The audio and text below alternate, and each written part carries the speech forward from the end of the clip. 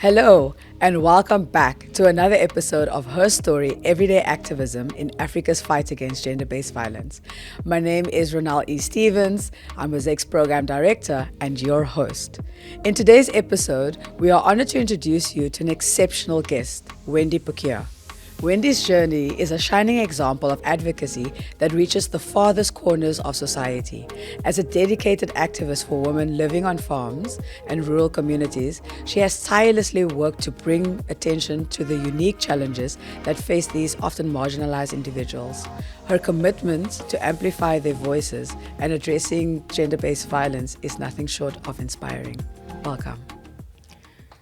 Hey listeners, welcome back to another episode of Her Story, Everyday Activism in Africa Against GBV, and hosted by Mosaic.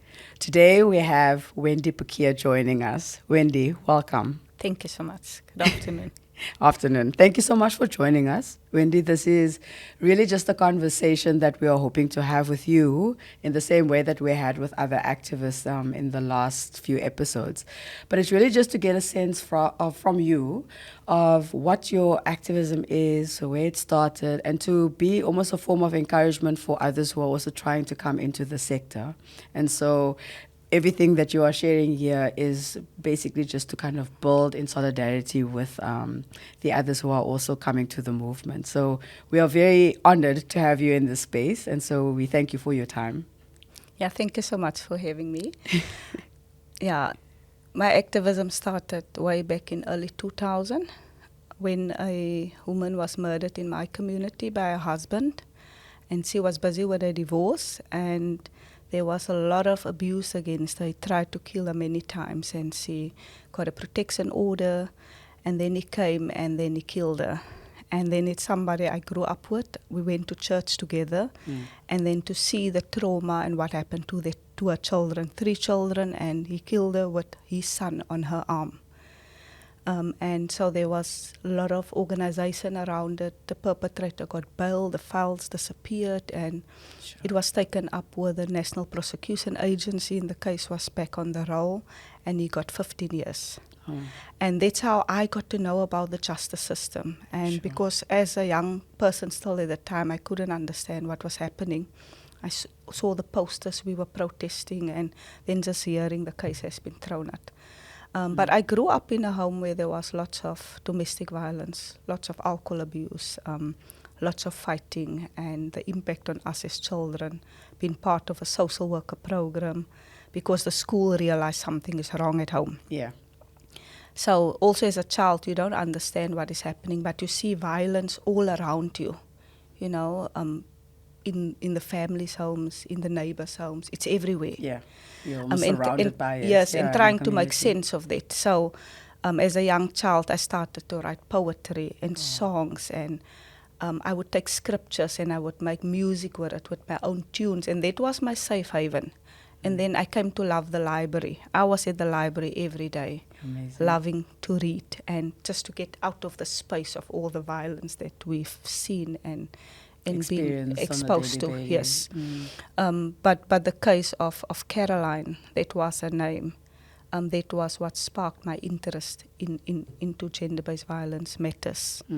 And yeah, so I lived with my grandparents until I was 7 years old, and then I went to live with my parents in Scottsdene, Kraaifontein, until I was 18 years old. And it's in the family home with my parents where all this violence have been happening. And then going back to the place where I've been born, on a farm with my grandparents, and this is where Caroline was killed. Sure. And so I became involved in this organization that took up the matter, and then learning about my rights as a farm worker. And I've been a former farm worker. That was my first job after I matriculated in 1996. Sure. And you know, the more I became involved in organization and the more I got to know my rights, I knew that I wanted to do something. And we've been saying for a long time, act, do something. You know, too often we hear about women being killed. And then the neighbor said, we heard a commotion. We heard a scream, but they've done nothing. And I decided that it's not going to be my story. If we see something, we're going to do something. even if it's just to knock on a door and ask what's going on, or to get the police to intervene, or, getting support to the women. So I would say in a nutshell, that's where it started for me. Yeah. And it's so important because I think that there's something very interesting that you're also highlighting. There's a difference between access that we have being in an urban city and the way, for example, you can call the police and the police will just arrive. When you're thinking about like a farm or rural setting, that access is not the same. And so I am almost encouraging you to help us and the listeners think about what is the difference between like the urban and rural divide as it relates to gender-based violence? Urban people have more access. The police stations are closer, the courts are closer. You can walk to the police station. Sure. Some cases you get a taxi, it's very cheap. And it's also, you just get to the next street, you get a taxi. With the rural people, it's not the same. We've worked in areas like Ceres, Kouwabokkenveld, like very deep, remote areas. To get to the police stations might be 40, 50, sometimes 100 kilometers, depending on which side of the Kouwabokkenveld you're in. And then we become an access point for people because they would call the police, sometimes they don't come. And then we would call the police. And I've been using my status because during COVID, I was one of the monitors for the South African Human Rights Commission. We were doing court monitoring. We had lots of gender-based violence cases because women were locked inside the homes with the perpetrators. And then we became the access point. So we would call the police station and then my name is Wendy Pakir. I'm a monitor for the South African Human Rights Commission. They did some tricks just to get their attention.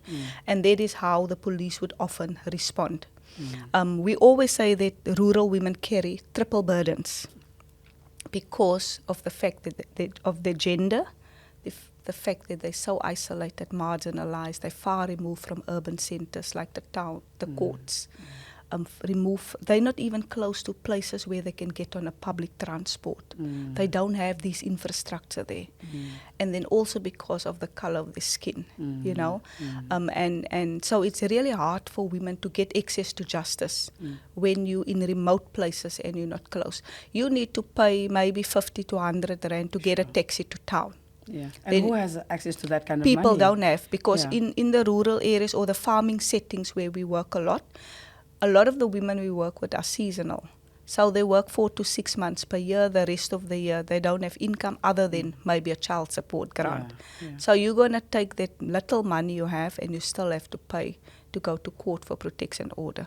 So often when women have to choose between going to court and buying a bread, they're going to choose the bread. And that's what we see. And that is why we started a grassroots gender-based violence alliance. We launched it in 2019, where we brought together multiple grassroots CBOs and gender-based violence champions, ambassadors or first responders, whatever we call them, or whatever they call them. Because we thought, firstly, they're unrecognized. People don't see their work. They don't get any support from any donor. But when something happens, they're there. They're in the community. They're in the coalface of violence. And we thought we want to deal with the issue of access by bringing like-minded people and organizations together. And we formed this alliance. And through this alliance, we do a lot of things together. Amazing. So we have the eye on the child, eye on the elder, eye on people with disabilities or different abilities. Absolutely. Where we monitor what's happening in our communities. When COVID came, it was really hard. People lost their jobs. Women were locked in their homes, as I said earlier. And we had to look out for incidences or for things, the woman with a blue eye in the queue, or the woman at home, or the elder at home who's been abused for a pension money, or no food at home, or the child that's been neglected, they are not at school. We had to make interventions. We believe that prevention is better than cure. It's a saying. We also believe that instead of another woman becoming a statistic, we intervene before it happens. And I think that's our role in areas where we know it's hard for women. Even in Elsenburg, where I live, it's a state farm. We had cases where a woman was beaten. They called the police. Many times the police didn't come. They come to my house, I call the police, then they come. So why? If I wasn't there, there should be access for any person, doesn't matter.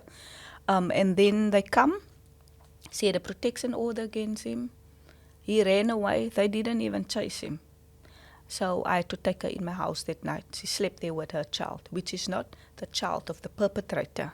Sure. And there was also stories of abuse there, Oh, So gosh. we had to do interventions there. But she had a protection order against him. They should have arrested him just there and then. Exactly, Yes. because that's the point of the Yes, protection and then order. what we do, we would give support. We would often go into homes and take the woman out when we know there's abuse. It's often girlfriends and boyfriends, so they're not married. She still have a house she can go to. He live in the house. Then we would take her home, and later that night she come back. And we had a lot of trainings with our champions, and we look at why do women stay. So we had this picture of the bird in the cage. And we spoke to our champions, which is former survivors of gender-based violence. Sure. You call them champions? Champions. It's Awesome. the children. It's the house. It's the emotional attachment. Absolutely. It's because they love him. Yeah. There's so many reasons why Yeah. women stay. Yeah. So our what we say is that we never judge a woman when she decides to stay. Even if we take her out just for some time so that she's safe and she decides to go back, we'll support her until she's ready. Because if that relationship gonna mean she's gonna be killed, we can advise her. But What's she best, will have to yeah. make the choice. Absolutely. If she step out of that house, she might have nowhere to go. Sure. And we might not be able to provide her another home, you see. So it's difficult. It's not easy Yes, things it we're is. speaking about. It It's is. about women being uprooted. Yeah. It's about children being uprooted. It's about being taken out of your home that you know and being taken away from the life that you know. But again, it's also about your life and your right to live a life free of violence. Absolutely. A life of dignity, a life to be Absolutely. respected and treated like the woman that you want are. to be or you are. And that is some of the things that we do. So there was another woman being raped. Her perpetrator got bail, so our champions would go to court with the survivor. We would do support. We would make sure they get medical attention, psychosocial support. So we walk alongside. Yeah. And then he got the release on bail, and then she took her in for some time so that we could make sure that she's safe. And then he broke the violation order. He sent the threatening messages. He got rearrested. So we make sure that he get rearrested. So that's kind of the role that we play in the community, so that the woman knows she's not alone. Doesn't matter her choice. She's not alone. We had another woman, also a victim of abuse. Her partner raped an elderly woman some time ago, and she died. Not immediately, but afterwards. He was in prison for many years. He got bail. He come out. Where do you go? He come back to her. She's afraid of him. She can't tell him, you can't come here. And then he started sexually abusing her and all of that. She didn't want her to lay a charge. And then he beat, and the neighbors called me because they hear how he's going on with her. So we had to go on the phone with him, get on the phone and threaten him basically to say, if he beats her one more time, we're going to make sure he gets evicted. Now, we work with evictions or against displacements and evictions of families. But in a case like this, I mean, that's not something we're going to tolerate. Sure. And then he stabbed her in the face. We call the police come. She didn't lay a charge. She tell the police. He said, I fell. And then everybody was upset. But I could hear. She's afraid to say That he that was the one. he's the one. Because she don't know if he's going to go to prison. She don't know if he's going to she's go gonna and be tomorrow safe, he's out. yeah. And if she's going to be safe. So I could understand that. And then I said to the people around her, you keep an eye now. If anything happen, you knock on their door. So that there's interventions. There hasn't been an incident again because of that. Because we have people watching. And so forth. I'm not sure, but maybe silently. We don't know. But there hasn't been that came to our attention. And I think that's what we try to do, is to give women hope. Sure. And that they're not alone. And doesn't matter how long they take to make up their mind. We're going to be there and we're going to support them. I think that's very important. I mean, that's also a big thing that COVID has done, just kept people in isolation. So if you are a survivor, you really felt like you were on this journey alone, because where else do you go? Yes. Now, I want to draw on to 2 points. I have a curious question. But before I get to the curious question, I wanted to just make a distinction, because I'm also just imagining that in the rural setting, because it's not like, if you can't visualize what the rural setting looks like, some farm workers live on the farm, and then some farm workers live in communities close to the farm. And so you are working both with the communities who are on the farms and the communities who are living close to the farms. Yeah? And there is obviously a very different kind of barrier to access, I can imagine. So because if you're on the farm, then you also have to go through the farmer for any kind of engagements, or, just to kind of guide me. Is that really what is? It depends, because there's a lot of legislation that covers farm workers on the farms nowadays. But just recently I had a case in Wellington where the woman was beaten up, abused many, many times. She got a protection order. He violated it. He's now in prison. Sure. She got dismissed as a result, because the farmer felt the guy is the permanent worker. He's been considered the breadwinner. She's just been seen as an extension of his labor, and now we're taking the case up. Somebody else had the case. The dismissal is almost a year late. It's almost impossible to get her reinstated, but I still thought we're going to try, because she now faces an eviction. Maybe we can stop the eviction. Sure. So there's still a paternalistic relationship, as if farmers think they have the right to choose over all these things. She had a right to report him, and it was her right to get access to justice, Absolutely. which she did. Because if she would have listened to the farmer, she might have been dead today. Sure. So there is a little bit of issues with some of these things, but there are farmers, when violence happen, they would intervene. There is a case like that, where even helped with the police and so forth. And then there are farmers who doesn't bother what happened outside of working time. So if the violence happened at home, they're not going to intervene. Yes, but that's why it's important to have structure. Like we have GBV champions on several farms where we work. The rape survivor spoke about now earlier. She lives on a farm on the Simonium Road that falls under Paul. On that very same farm, a 16-year-old girl was raped, not by the same person, and a 23-year-old boy with mental disability was raped as well. He died a few months after the rape. And then the perpetrator also now died, because we were wondering what's going to happen with the case, because the victim is no longer alive, but he also died. So on that particular farm, you can see there's a problem. It's 3 rapes in a very short period of time, involving both women and men. And so we're looking now into interventions on that farm, but we've got 2 GBV champions that are stationed there. They've been trained. When something happened, they would call the police themselves.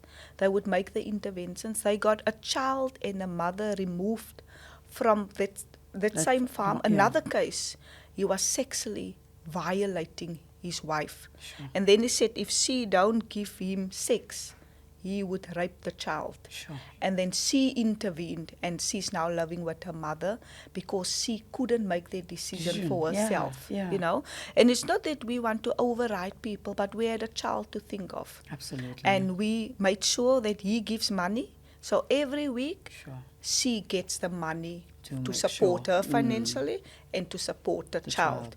And I think if we have more of these things, we can actually reduce the statistics in our communities. Late last night, I learned about a murder in Westbank. Whilst we prepare for a bail application in Vredendal this morning, Mosaic, Women's Legal Center, Ubuntu, Broken Angels, lots of organizations, we wrote a letter together. We handed it to court this morning, not us, a GBV champion in Vredendal. There were the family and friends of the victim. He killed her with a harvest beater, and then he put her child on a dead body, 2 years old, to drink on her breast. Oh, wow. And he applied for bail. The case had been postponed now, but we opposing bail, and we're going to make sure that he stay in prison for the duration of the trial. The Westbank case, a young mother, 3 children, all small children, her ex-boyfriend killed her. I don't have all the detail of the case yet, but Westbank is the next place that we're going to go to. So what we actually think we should do, we don't have all the answers. Yeah. This model that we're trying, because there's no blueprint. You know, every community should have something. Like safe spaces for women, where it's a safe room to take a woman out until she can go to a shelter maybe, or until a protection order can be served. We should have that. We should have communities of people praying and guarding over that community, because I believe with prayer we can also do a lot, but prayer without works doesn't mean a lot. Because the thing that sustains me is my faith and prayer, because to do this type of work is not easy. You need some kind of motivation. You know, you need something that keeps you going. And that's where I get my strength from to do the work that we do. We need the involvement of the faith communities. Can't just speak religion from the pulpit. We must speak about how men must treat women. We must address GBV in the church, in the mosque, in the temple.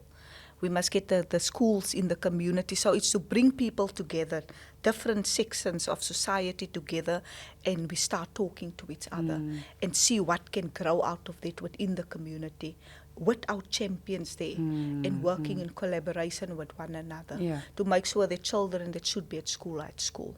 We've got lots of community kitchens feeding people. Lots of children coming every day because they've got nothing to eat at home, which means there's something wrong at home. Maybe there's no income.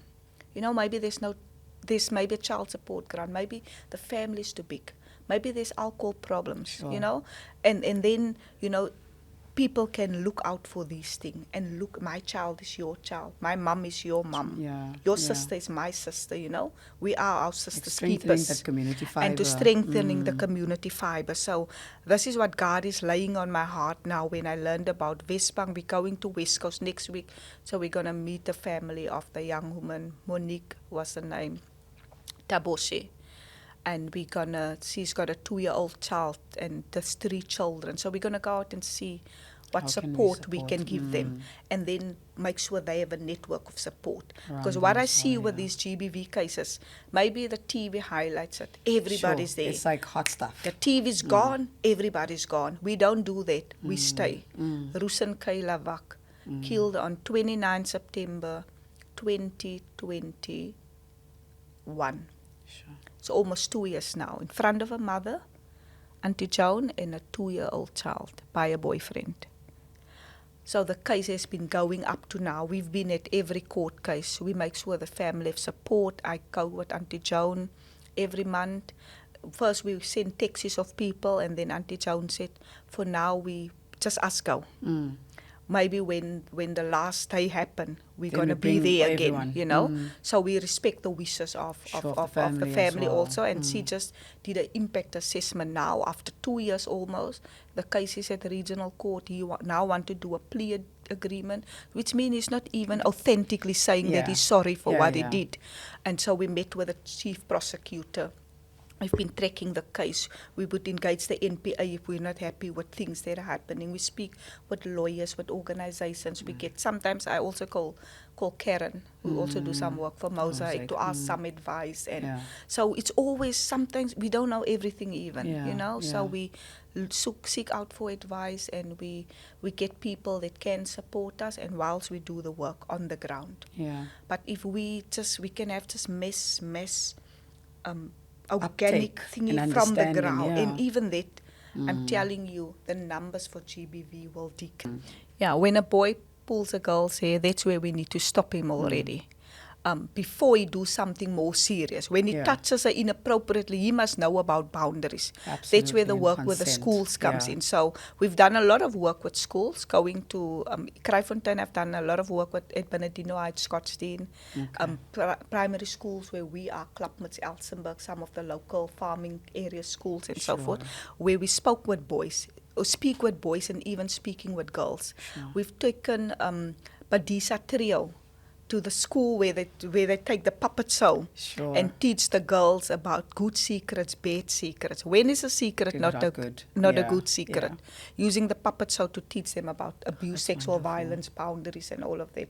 And then we would have conversations with boys and girls. We've done it primary school, secondary school, but we don't have enough capacity. We don't have staff. We don't have youth funding also. Absolutely, But yeah. we try. We do as we can, but we actually think this must be done more. Yeah, it almost needs to be it needs to become that blueprint. It must become that blueprint, yes. So whilst we have the schooling things, the universities must have their own programs. Sure.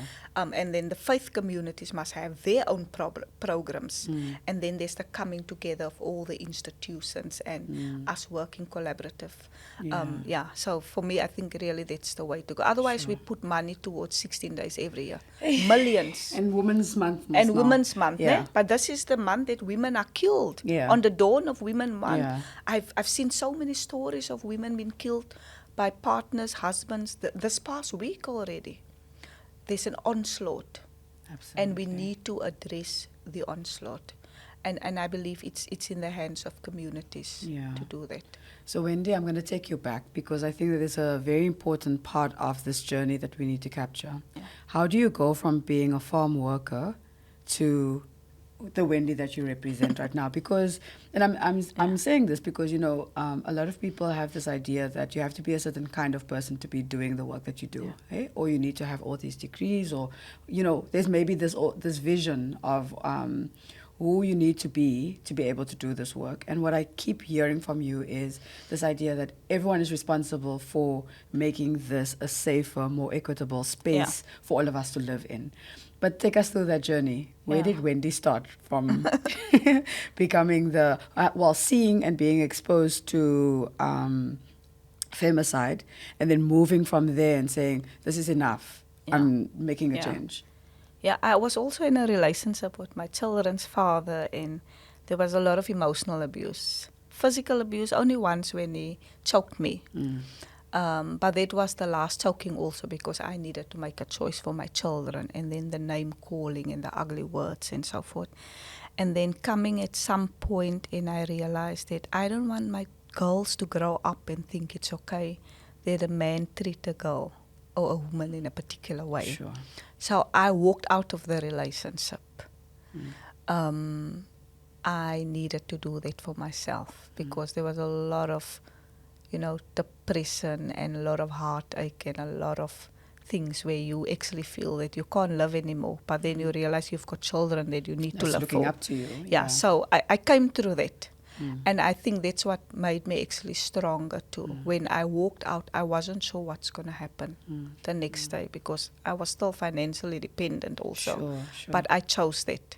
Yeah. And I lived with that choice that I've made. And to see my young daughters now so vocal and so articulated, and my eldest daughter is also GBV champion in our program. Amazing. And how she asserts herself, and even the younger one, then I feel that I've done something right. I've made the right choice. Whilst they still have a very good relationship with their father, but they can also tell him, you don't treat women in this particular way. No? So how would you feel if someone treat me in this way as your daughter? So you don't do that. They can tell that to him. So I can see that my choice there made a difference for them. Sure. So I would say that the investment in me also I grew up because of my circumstances as a child, being out of school many days, not having proper school clothing. The children make fun of you. Yeah. I walk to high school with blue plastic slippers with flowers on. I didn't have school shoes. It make you to be I was a very shy child. I almost had no friends at school. So a lot of teachers were reaching out to me in high school. And some of them became my friends after school. Yeah. So when they see me, they would ask me often the principal to come and do motivation speeches at the school because I come from there. Sure. And he would use me as an example to the children of how I overcame, and kind of them reaching out to me and me being part of a social worker program, and then finding my faith later made me feel that I belong somewhere. that I'm not just a nobody. Yeah, or you just, know? or just a one thing. Or just the one thing, there's- and you that have I many can things be that you can do. anything Yeah. that I want to be. I can be any person. I can achieve anything that I put my mind to. So that eagerness to learn more Yeah. about the laws and what my rights are. I've studied the law books. Amazing. I represent farm workers and even workers across sectors at the CCMA, and we've won many cases, reinstatements. We work with evictions. We've stopped thousands of people from being evicted, homeless, from yeah. being homeless. And I think the drive came from that point where always thinking about the children and the impact of what their displacement would have on them. Or if that father loses his job, the hunger that's going to be in the home, or the no food and these Sure. things, because you've experienced it sometime in your life, you know. And I think that's the things that drives me to just make a difference and just to, how can I say now? Yeah, I can't really explain it maybe in the No, way wait, I that can. you I get the it, message. But I also am like reading into what you're saying. Like, I mean, this kind of work is not easy work. Yeah. And this kind of work does take a lot of collaboration, but it also does take a lot of the self. You know what I Yes. mean? So, especially because you're not working on like GBV, you are working on evictions, you're thinking at labor, you're Yeah. thinking, at all these levels, Yes. you're very aware of what the chronic barriers are Yes. and how to support any person through those chronic Yeah. barriers. And when you have that kind of thinking, it is very difficult to like pronounce it, you know what I mean? Or to Yeah. like call it out. And so I think the listeners would be able to pick up on, what it is that you're actually trying to share in your story. Before you, Karen, I would just like to say something. I've been in spaces where I never thought I'm going to go into. There was evictions from my community, and I stood in the bench of the High Court where the advocates would stand. Wow. Because they didn't have anybody on their day, fighting for a postponement and telling the judge how hard it is for rural people to get access to lawyers. And then going again for voluntary surrender. Next week I'm going to be at the High Court again with somebody. It's with a family advocate. It's a case, and now I'm advising her, and I got advice from the lawyers from the Women's Legal Center and so forth. People have never been into these spaces. They don't know what it's like. So there's a lot of fear. Sure. Then we go with them to support them. Yeah. And then, at the Presidential Gender-Based Violence Summit and stuff, we get into spaces, and then you think, how do you get here? Sure. But it's because people start to recognize the work we do. Yeah. And whenever I go into a space, we claim that space. The good thing about this, you get exposed to places that you haven't been before. So I would find myself in places like the High Court, in many places, which would be occupied predominantly by advocates and lawyers. And then Call it by its name, by white people and by men. by Yeah. men, white people and men. And here comes me, tiny me now, in that space, and then we claim the space. Sure. Because it's about justice for people, and Absolutely. people should have access to recourse. And that's our main motto, and to be, we always say that we the eyes and the ears on the ground. Sure. And even if it means going into spaces that we're not supposed to, we go in Yeah. there in support of the people that or we spaces work that with. we traditionally Or we weren't traditionally, going sorry. into. Yeah. Yes, Because traditionally. we are supposed to be in We're those supposed spaces. to be there, yes. Yes, spaces that we were not traditionally been involved in, Yeah. So it's just to go in and claim these spaces. No, absolutely. Yeah. So, Wendy, I want to ask you two more questions, but the penultimate one is really about, I'm just thinking about like that face of you call them champions. Yeah. We kind of speak about survivors. What would you say the face of the survivor has been looking like over the years that you've been involved in GBV? Has there been a change, or have you seen the face looking the same? Yeah, now with us it's not the same, because we walk the journey with the survivors. That's part of our GBV program. So we've done lots of trainings, coming together, debriefing, and because they now become the champions in the community to help other women who still stuck there. Sure. Because they came out of their circumstances. They're stronger, they've been there. There's a favorite saying in church where they say, the true testimony of one can save another. Sure. You can't tell somebody when you haven't been there, when you don't even know what it's like to be abused in the way that you are. I'm not saying it can't be done, but for you that's been there, you can connect with the person. Absolutely. And that, I think that actually make our program much stronger. So these champions, they go to court and they go in, and when they're not happy about something, they go in and they question it. They've got a confidence to do so because they've got a knowledge also. They've been trained in terms of Sexual Offences Act, the new amendments of the Domestic Violence Act. Mosaic came in and done training with our GBV champions on that. Some of them are part of the Mosaic Safe platform. Sure. Some of them came to Kalas Foundation and some other trainings that were done for GBV champions. We do a lot of training, but we also expose them to trainings of other organizations because we want them to be confident but also knowledgeable, because we don't want to do harm when we go out and we help others. And that's why the GBV champions must be equipped as well. I'm not saying the face of all the survivors looks the same, but I'm just referring to the women that we've been working with. We can see the difference it makes. We can see the confidence they have. We can see how proud they feel and to be able to assist another person. Absolutely. You were talking about knowledge and really giving opportunity and exposure to capacity building and learning. Tell me a little bit about that in your own career. Can I say one of the things that Ubuntu believes in is knowledge as co-creation. We don't go out in communities think we know it all. Yes, we've got knowledge of the law that some people might not know, but we know there's a lot of knowledge when we go there. So the same with the GBV work that we've done. So when we asked the women, why do women stay? We didn't come up and say, this is why women stay. The women identified because they've been there. So for me, knowledge in my own growth and so forth is, knowledge is power, and it just opened doors for you that you never know existed. And that's what knowledge is for me. And there's we always ask whose knowledge count, whose knowledge is important, who writes each other's stories, and we want to bring our GBV champions together now to write a little booklet. Amazing. Of their experiences. When Ubuntu celebrated her 10th anniversary, we brought out a booklet, and a lot of our champions also wrote in the booklet, and women survivors spoke about how Ubuntu made positive change in their lives as well.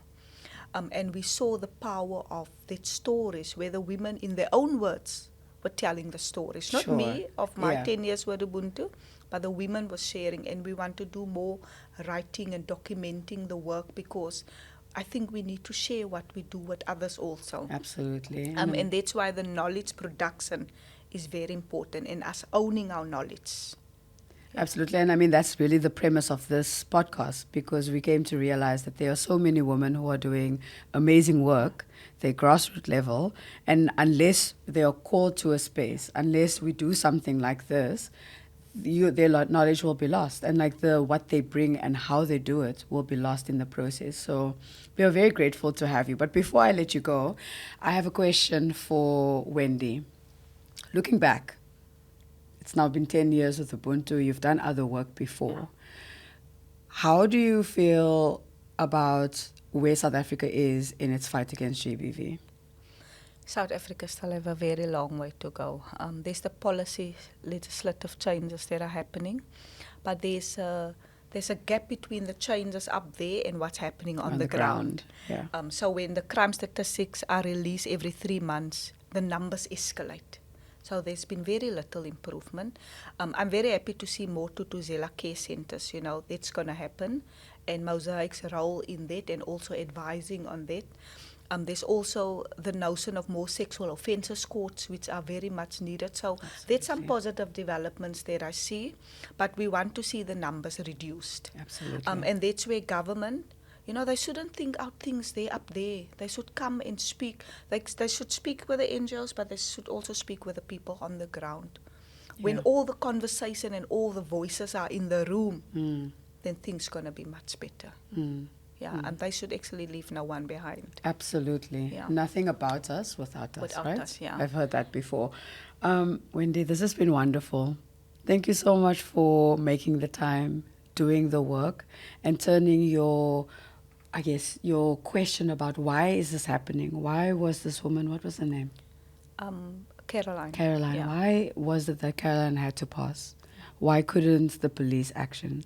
You turn that into something very positive, and you turn it into work that is now happening with communities where there are champions, where people see themselves having gone through a process, becoming survivors and now becoming champions as well, and being empowered so they know their rights, they know how to activate their rights, and then can trust that the system will work for them because they will insist on the system working for them. For that, I would like to say, well done. And congratulations for having walked this path, and all of the best for the future, because I know that it's going to be a long journey. But we appreciate the work that you have done. Yeah, thank you so much. And thank you for having me. And thank you so much to Mosaic as well. Yeah. That are supporting organizations that do a lot of work with us. And through the work, our knowledge also get enhanced through the trainings that we get. And been there. Because I know it's also not easy, so we're also very grateful for the partnership and the relationship, because I always say together we can do more. There's power in the collective. Absolutely. Yeah. Thank you so much. Yes, to more collaborations. Yes. To the listeners, we'd like to say thank you so much for tuning in, and we are so eager to have you join us for the next episode. Thank you so much.